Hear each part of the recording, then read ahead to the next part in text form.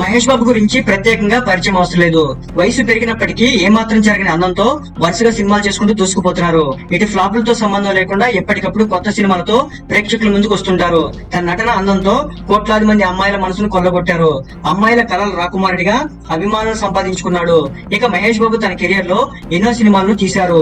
అందులో చాలా వరకు హిట్ అయ్యి బాక్సాఫీస్ వద్ద రికార్డులు బద్దలు కొట్టాయి.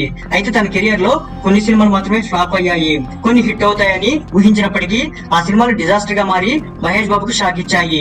ఇక తన కెరియర్ లో 2 సినిమాలు మాత్రం ఫ్లాప్ అవుతాయని తెలిసి కూడా ఆ సినిమాలో నటించారట.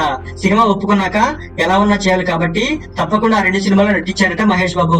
మరి ఆ సినిమాలు ఏంటో ఇప్పుడు చూద్దాం. తమిళ దర్శకుడు మురుగదాస్ డైరెక్షన్ లో వచ్చినటువంటి స్పైడర్ సినిమాలో నటించారు మహేష్ బాబు.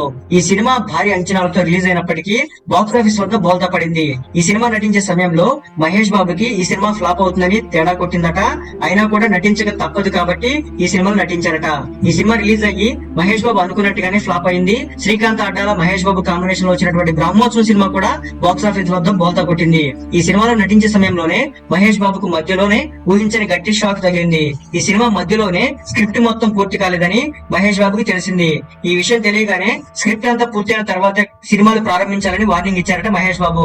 అప్పటికే మహేష్ బాబుకి ఈ సినిమా కూడా హిట్ అవుదని తెలుసుకున్నారట. తను అనుకున్నట్టుగానే ఈ సినిమా కూడా బాక్స్ ఆఫీస్ వద్ద ఫ్లాప్ అయిందట.